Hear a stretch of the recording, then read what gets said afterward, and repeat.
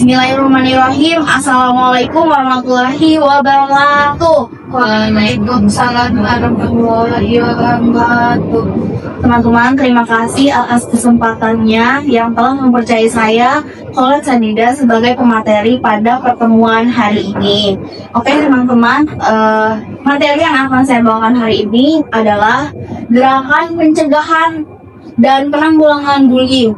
Kenapa saya mengambil materi ini? Karena bullying itu adalah suatu tindakan yang tidak terpuji, tindakan tercela, yang seringkali diremehkan atau dianggap ringan oleh kita semua. Jadi harapan saya setelah kita melakukan diskusi pada hari ini, kita bisa mengajak atau meminimalisir daripada perilaku bullying tersebut. Oke, next. Sebelumnya, apa itu bullying? Jadi saya di sini ingin mendefinisikan apa itu perilaku bullying. Jadi bullying itu adalah hubungan yang tidak menyenangkan secara verbal, fisik, ataupun sosial di dunia nyata maupun dunia maya. Nah, dari tindakan tersebut ini bisa membuat seseorang merasa tidak nyaman, sakit hati, dan tertekan, baik dilakukan oleh perorangan ataupun kelompok. Jadi, definisi daripada bullying itu bisa kita simpulkan, yaitu tindakan yang tidak menyenangkan, baik yang dilakukan secara fisik, verbal maupun non-verbal, atau bisa kita sebut dengan cyberbullying. Oke, next. Nah, di sini kita bisa rincikan jenis-jenis daripada bullying tersebut. Jadi, bullying ini adalah perilaku yang agresif ya teman-teman, yang dimana pasti pelakunya ini melakukannya itu untuk kesenangan dirinya sendiri atau untuk menunjukkan bahwa dia mempunyai power. Padahal dari tindakan tersebut bisa dilihat kecemasan dari si pelaku ini bahwasannya ia tuh ingin diakui. Tindakan ini bisa terjadi di sekolah, kampus, lingkungan sosial, bahkan lingkungan rumah. Nah, bullying ini berdampak serius ya teman-teman bagi si korban, karena dari sekecil kata yang tidak baik itu bisa melukai hati seseorang, karena pada dasarnya kita tidak tahu bagaimana perasaan atau mood seseorang ketika kita ucapkan perkataan yang kurang baik. Nah, baik teman-teman, di sini ada 4 jenis dari bullying. Yang pertama ada social bullying, yang kedua ada verbal bullying, yang ketiga ada cyberbullying, dan yang terakhir keempat ada physical bullying. Kita rincikan per poin ya teman-teman. Jadi yang pertama itu ada social bullying. Apa sih social bullying itu? Jadi social bullying itu adalah tindakan atau perundungan sosial yang dilakukan dengan cara menjatuhkan orang lain dalam situasi di lingkungan sosial. Contohnya seperti menjatuhkan seseorang dalam posisi atau reputasi. Jadi seseorang ini memiliki hubungan yang baik di lingkungan sosial, akan tetapi ada seseorang yang tidak suka atau tidak ingin dia terlihat baik atau terlihat bagus dalam bersosialisasi. Jadi dia ini bisa menjatuhkan seseorang lewat merusak reputasinya. Lalu bisa juga dengan merusak hubungan pertemanan ataupun hubungan dalam percintaannya. Lalu yang kedua ada verbal bullying. Nah, apa sih verbal bullying itu? Verbal bullying adalah perundungan yang dilakukan secara lisan. Gak cuma secara lisan, tapi si korban ini mengolok-olok secara lisan. Jadi contohnya itu ada seseorang yang tidak disukai karena mohon maaf fisiknya yang kurang. Jadi dari lingkungan sosial dia bisa langsung diejek terang-terangan dengan pelaku. Contohnya jangan teman sama dia itu bodoh, atau jangan teman sama dia itu jelek, nggak enak dilihatnya. Contohnya seperti itu ya teman-teman. Jadi verbal bullying ini bullying yang dilakukan dengan cara mengolok-olok seseorang lewat kata-kata yang tidak pantas. Baik, selanjutnya poin ketiga yaitu cyberbullying. Jadi, apa sih definisi daripada cyberbullying tersebut? Cyberbullying adalah tindakan perundungan yang dilakukan dalam sosial media atau di dalam internet. Jadi, contohnya itu ketika ada seseorang yang memposting foto selfie-nya, tapi ada seseorang yang tidak suka, jadi dia bisa berkomentar jelek lewat postingan tersebut. Contohnya seperti, wah cantik banget tapi kayak filternya ketebelan deh. Itu contoh dalam kehidupan sehari-hari kita ya. Tapi masih banyak sekali contoh daripada cyberbullying tersebut. Ada lagi contoh postingan yang tidak pantas, kayak misalkan sengaja membunuh seseorang dan di video lalu di upload atau di publikasi. Yaitu yang terakhir, poin keempat, physical bullying. Physical bullying ini bisa dikatakan dengan bullying terhadap fisik.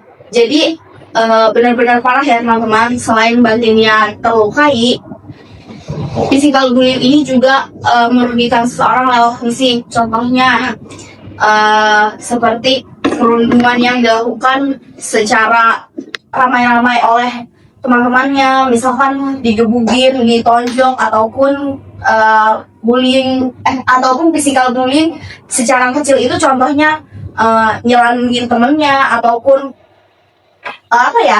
tiba-tiba nyenggol gitu loh. Baik, itu adalah 4 definisi daripada jenis bullying tersebut. Teman-teman udah paham belum dari keempat jenis tersebut? Apa yang membedakan daripada sosial, verbal, cyber, atau enggak fisikal? Sudah. Oke, baik. Selanjutnya yaitu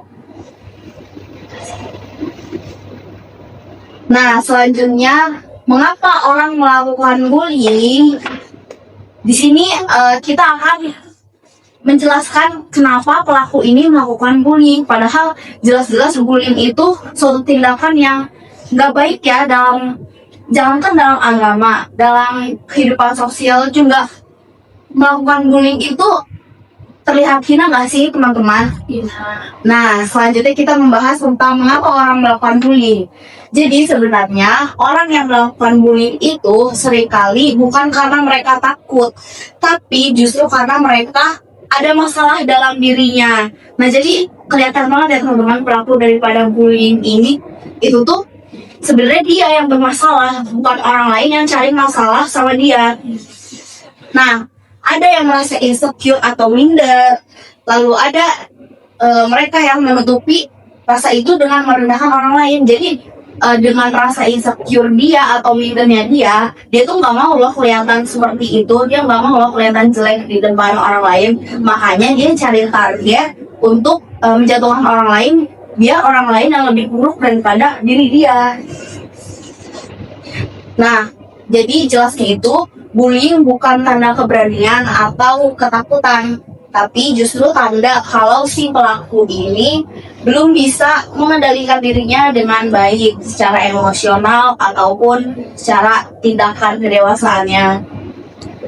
Lalu karena itu kita semua harus sepakat bullying itu salah dan harus dihentikan. Nah, menurut saya pribadi, perilaku bullying ini atau pelaku bullying ini harusnya tuh dikenai sanksi nggak sih teman-teman kalau misalkan sudah parah? Harus. Ya, jadi seseorang itu mungkin bisa berhenti membuli seseorang itu karena ada suatu kejadian yang membuat dia jera seharusnya. Nah, jadi dari kita semua yang ada di sini yang sudah belajar tentang penanggulangan daripada bullying ini, seharusnya bisa lebih mewanti-wanti lingkungan kita untuk kita melihat lingkungan sekitar kita, apakah lingkungan sekitar kita itu toxic atau health relationship gitu. Next, materi selanjutnya, dampak bullying pada korban.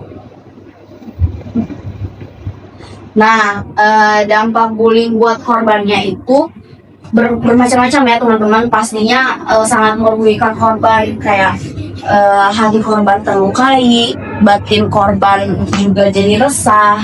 Lalu ada lagi yang kena dari fisiknya jadi sakit ataupun dia jadi luka. Kasihan banget kan ya teman-teman. Nah, kita rincikan dampak bullying pada korban. Selanjutnya, bullying ini tuh tadi kata saya bisa melukai fisik, tapi juga memberikan luka batin yang mendalam. Jadi penjelasannya itu ada 6 poin, yaitu kesakitan fisik dan psikologis.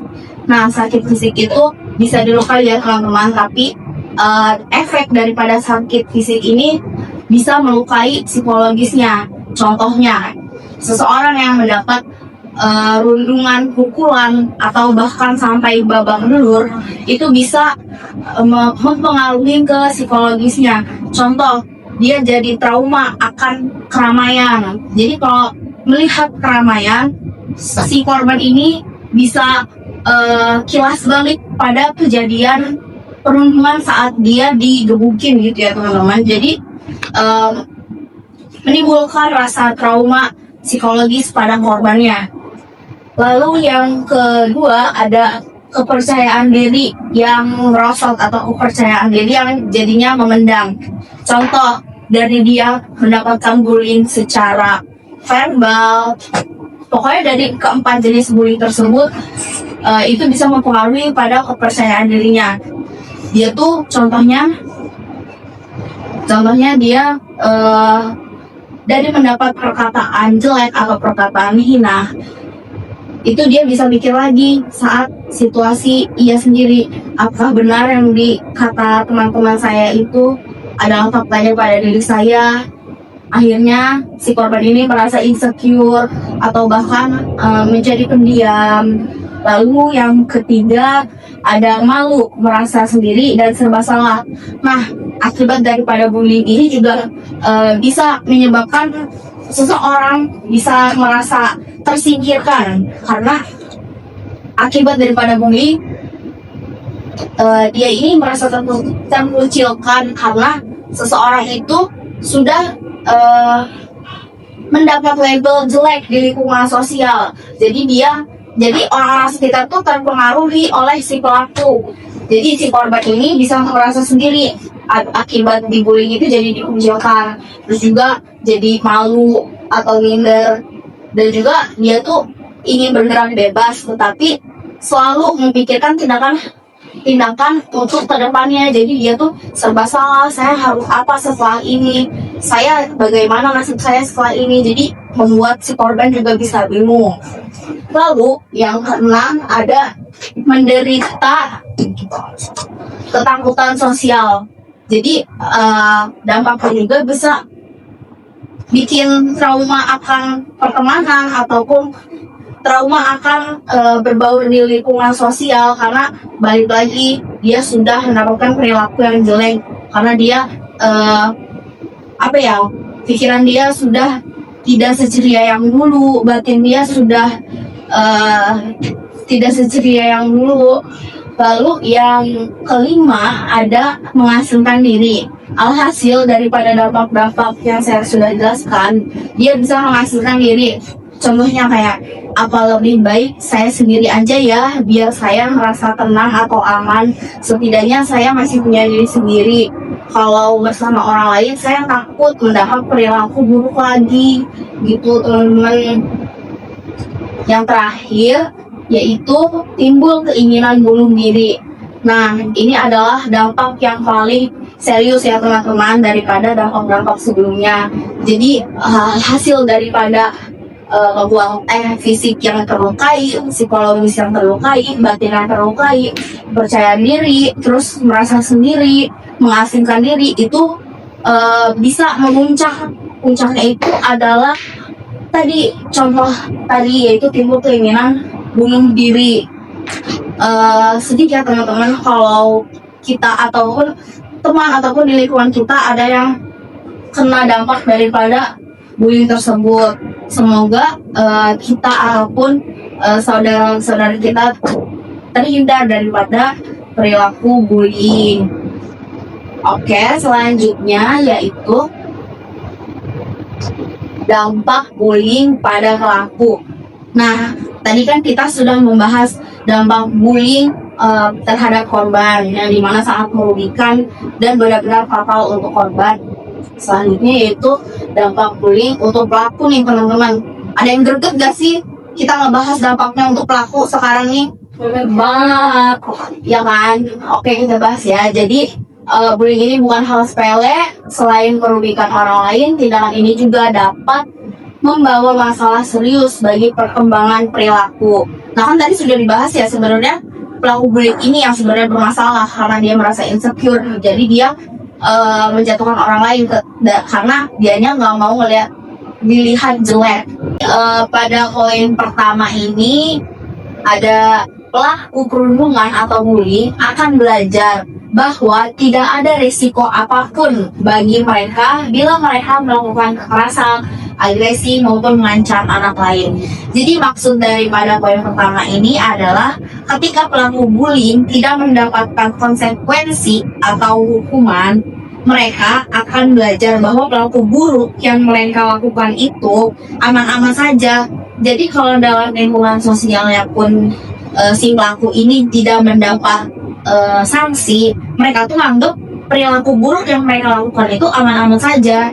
Jadi makanya mereka bisa ibaratnya kecanduan melakukan hal negatif tersebut karena mereka merasa aman-aman saja, tidak ada yang menegur ataupun bahkan mereka merasa puas dengan tindakan tercela itu. Nah yang kedua itu ada ketika dewasa pelaku memiliki potensi lebih besar untuk menjadi pelaku kriminal dan akan bermasalah dalam fungsi sosialnya.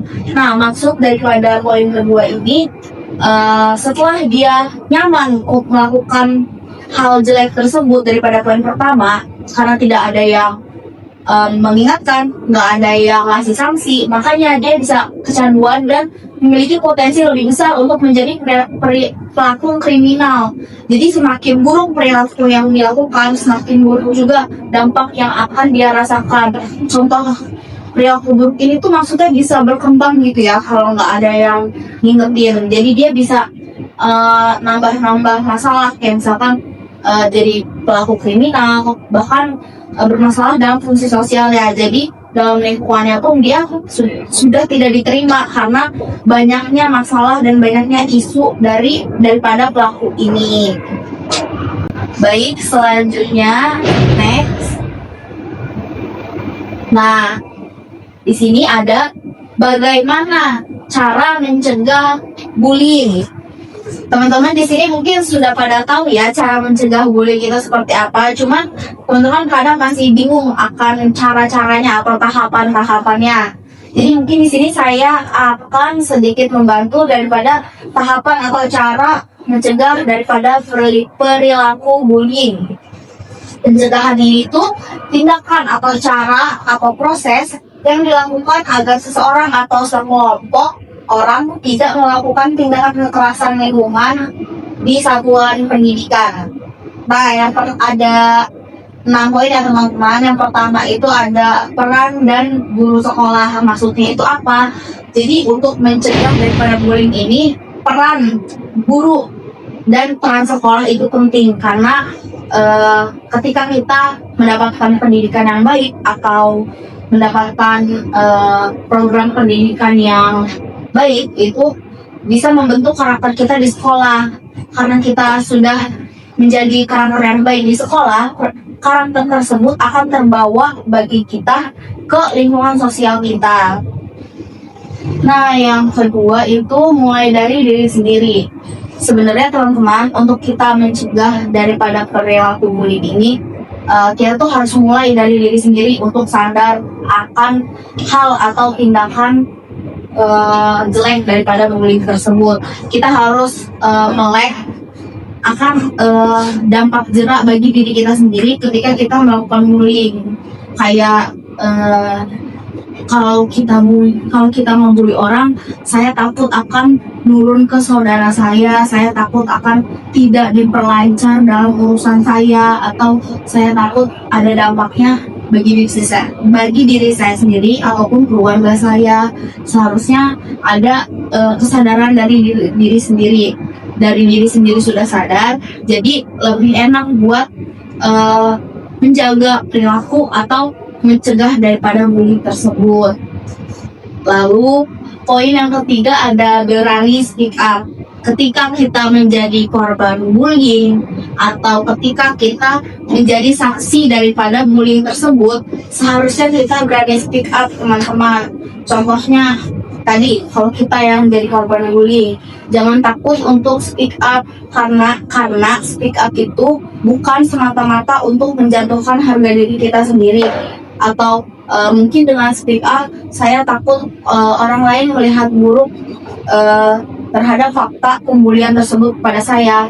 Tetapi dengan speak up ini kita bisa mencegah perilaku bullying di kemudian hari. Speak up-nya juga kita harus mencari seseorang terpercaya ataupun langsung ke pihak yang berwenang kalau bisa. Lalu yang keempat ada dukung korban. Jadi ketika kita menjadi saksi bullying, seharusnya kita dengan sadar bisa mendukung korban dengan cara kita menemani korban ketika korban butuh cerita. Lalu kita semangatin korban untuk berani speak up tadi agar kepercayaan pada diri korban ini bisa berani untuk speak up. Kita yakinin dulu bahwasannya tindakan tersebut bukan tindakan yang merugikan dia, akan tetapi tindakan yang menjadikan suatu masalah selesai. Dengan speak up kita bisa mencari solusi untuk kedepannya kan. Nah, setelah kita mendukung korban dengan segi emosional, batin ataupun tindakan langsung, kayak kita antar dia untuk speak up ke orang yang tepat, kita juga bisa belajar empati. Nah, dari tindakan-tindakan ini muncul rasa empati kan pastinya. Kayak kita sudah bisa menenangkan korban, kita bisa melihat daripada lingkungan kita toksik atau enggak. Kita bisa lebih menilai lingkungan kita lah kalau misalkan memang ada yang terkena daripada keempat jenis bullying tersebut. Empati kita tuh bisa lebih muncul lagi gitu ya teman-teman.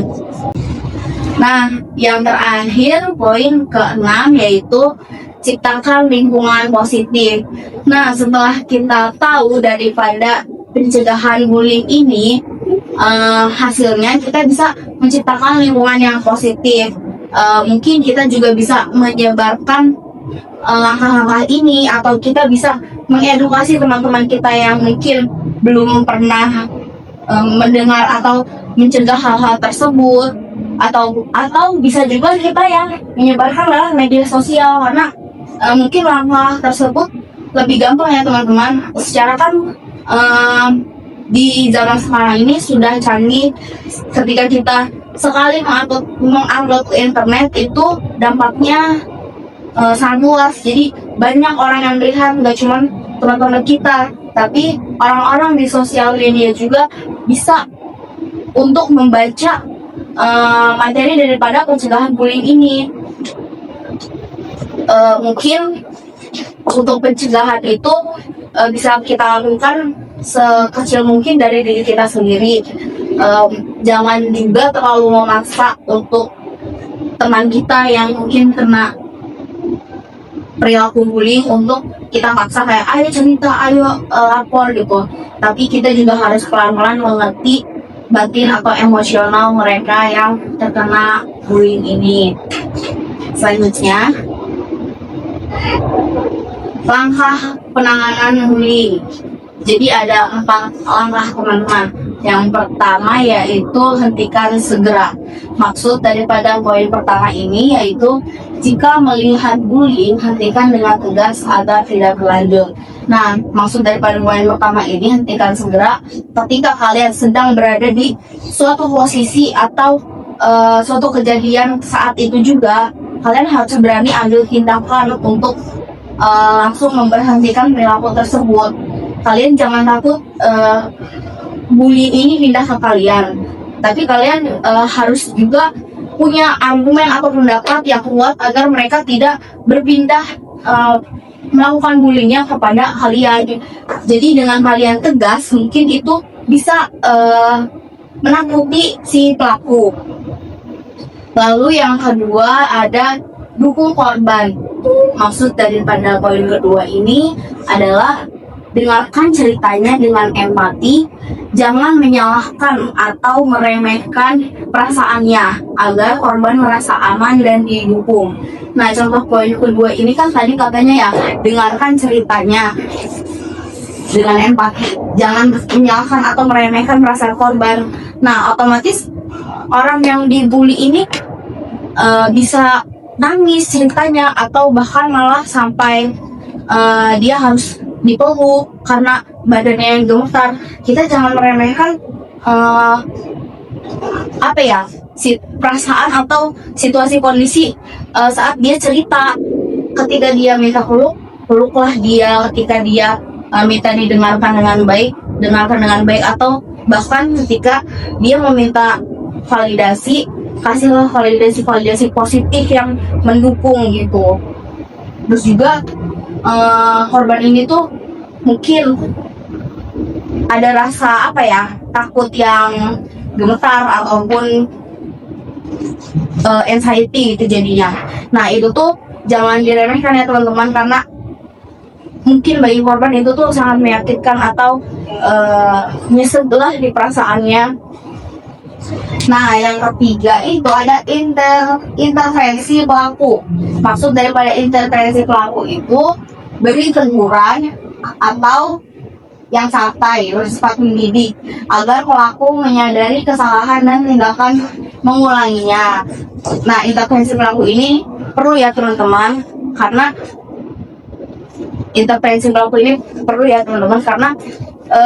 kalau kita ada di posisi saat perundungan tersebut terjadi, kita tidak melakukan intervensi untuk pelaku makin senang atau makin lancar melakukan aksinya. Jadi setidaknya pelaku ini dapatlah omongan-omongan yang mendorong untuk dia berhenti melakukan hal tersebut. Sekecil apapun nasihat kita bagi pelaku itu akan terekam di memorinya dia. Yang keempat ada laporkan ke pihak terkait. Maksudnya itu sampaikan kejadian pada guru, dosen, atau pihak berwenang jika diperlukan, supaya ada tindak lanjut dan perlindungan hukum bagi korban. Ketika perundungan atau bullying ini terjadi dan itu sudah parah, menyebabkan misal banyak korban atau mungkin korbannya sedikit tapi korbannya ini sampai fatal akibatnya, misal babak belurnya parah banget atau memang korbannya ini kena mental atau gangguan jiwa, itu kita wajib teman-teman harus lapor ke pihak terkait, karena itu tuh bisa merugikan. Misal terjadi pada sekolah, itu bisa merugikan sekolah tersebut atau kampus tersebut atau lingkungan rumah tersebut. Jadi jangan sampai karena satu orang itu bisa merugikan lingkungan sosialnya. Kita kan tadi sudah banyak membahas ya, dari definisi bullying itu apa, terus juga jenis-jenis bullying itu ada berapa, sampai contoh dari keempat jenis bullying tadi itu udah kita bahas. Terus juga kita udah ngebahas dampak untuk korban, dampak bagi pelaku, dan juga kita sudah sampai membahas pada tahap langkah penanganan atau penanggulangan daripada bullying. Nah, kayak teman-teman suntuk gak sih dari tadi ngedengerin aja? Ya, Pak. Ya. Biar selanjutnya kalian bisa lebih fokus untuk mendengarkan materinya, boleh gak saya sedikit mereview daripada materi ini? Boleh. Oke, coba ya. Saya izin bertanya, jenis bullying itu ada berapa sih? 4. Oke. Apa aja tuh? Yang pertama ada sosial bullying. Nah, sosial bullying benar teman-teman. Apa itu sosial bullying? Yang dilakukan oleh lingkungan kita dikucilin. Oh iya, iya benar. Dikucilkan. Iya benar itu. Lalu yang kedua ada apa? Verbal bullying. Ya, apa itu verbal bullying? Yang biasanya geledekin. Ya, diledekin dari lisan, dari perkataan, benar. Lalu yang ketiga itu apa? Cyberbullying. Cyberbullying. Apa sih itu cyberbullying? Dibulinya lewat sosial media. Media sosial. Lalu yang terakhir, keempat nih, ada apa? Ada Physical bullying. Nah, apa itu physical bullying? Karena menggunakan kekerasan ini yang menggunakan kekerasan. Kucingnya rusak kucingnya. Ya, Ya, kucingnya terluka. nah ya, benar teman-teman, secara ringkas atau secara generalnya yang teman-teman ketahui itu sudah benar. Teman-teman berarti udah mengetahui ya apa perbedaan dari keempat jenis bullying tersebut. Nah, oke, selanjutnya mungkin ini sebagai penutup ya teman-teman materi akhir kita. Jadi peran kita semua. Nah, setelah teman-teman semua sudah mendapatkan edukasi terkait bagaimana penanggulangan bullying tersebut, mungkin saya di sini sebagai pemateri bisa mengajak teman-teman semua di sini untuk bisa berperan aktif ketika ada perilaku bullying yang ada di lingkungan kita. Yang pertama, kita tuh jangan diam jadi penonton. Jadi kita sudah teredukasi dengan tahu membedakan keempat jenis bullying tersebut. Kita sudah tahu dampak-dampaknya, dampak buruk bagi korban dan dampak bagi pelaku kita sudah tahu, terus juga cara-cara yang kita sudah tahu. Jadi kita nggak boleh diam aja ya teman-teman. Kita harus berani untuk speak up atau untuk menegur. Karena kita juga sudah mempunyai landasan yang kuat gitu. Tinggal bagaimana keberanian teman-teman untuk mengungkapkan atau mengingatkan daripada perilaku bullying tersebut. Lalu yang kedua itu jadilah pelindung bukan pelaku. Nah, ini nih teman-teman yang kadang kita tuh susah ya, atau emang template di Indonesia tuh sulit buat hilangkan. Kayak contohnya, kita sudah teredukasi dengan adanya pembahasan pada hari ini. Kan katanya jadilah pelindung bukan pelaku. Kadang mungkin saya juga sebagai pemateri masih terbawa-bawa oleh lingkungan. Entah saya sadari ataupun tidak, saya mengakui hal tersebut. Jadi kita tuh harus mungkin teman dekat kita ataupun mungkin di sini ada yang punya circle kayak tanpa disadari circle kita sebenarnya itu baik,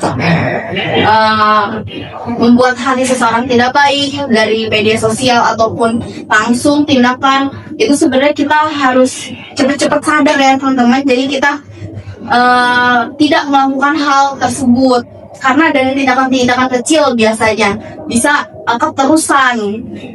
Jadi alangkah baiknya dalam pertemanan ataupun circle gitu ya, yang biasanya zaman sekarang ada seseorang yang bisa mengerem akan tindakan tersebut. Terus yang terakhir ada ciptakan pertemanan tanpa rasa takut.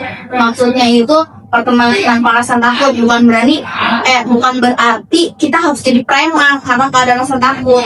Maksudnya itu ciptakan pertemanan tanpa rasa takut, ciptakan pertemanan yang sehat, lalu pertemanan yang bisa membawa kita ke ranah kebaikan.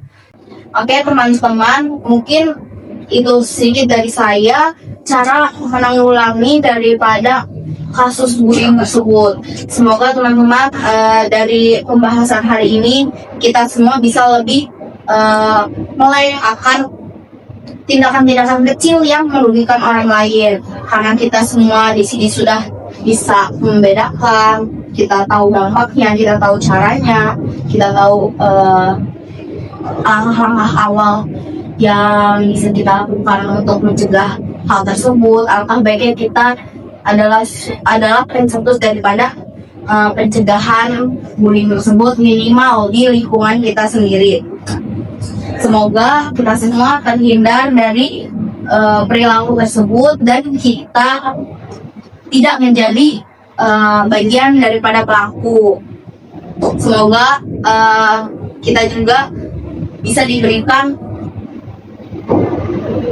apa sih pokoknya.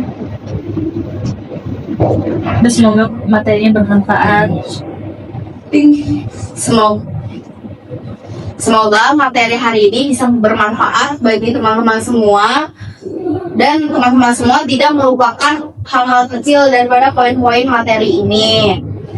Kita sebagai jurusan daripada bimbingan konseling sendiri, semoga kita bisa menerapkan apa yang sudah kita pelajari dalam mata kuliah kita. Baik, terima kasih untuk kesempatannya hari ini. Wabillahi taufiq wal hidayah. Wassalamualaikum warahmatullahi wabarakatuh. Waalaikumsalam warahmatullahi wabarakatuh.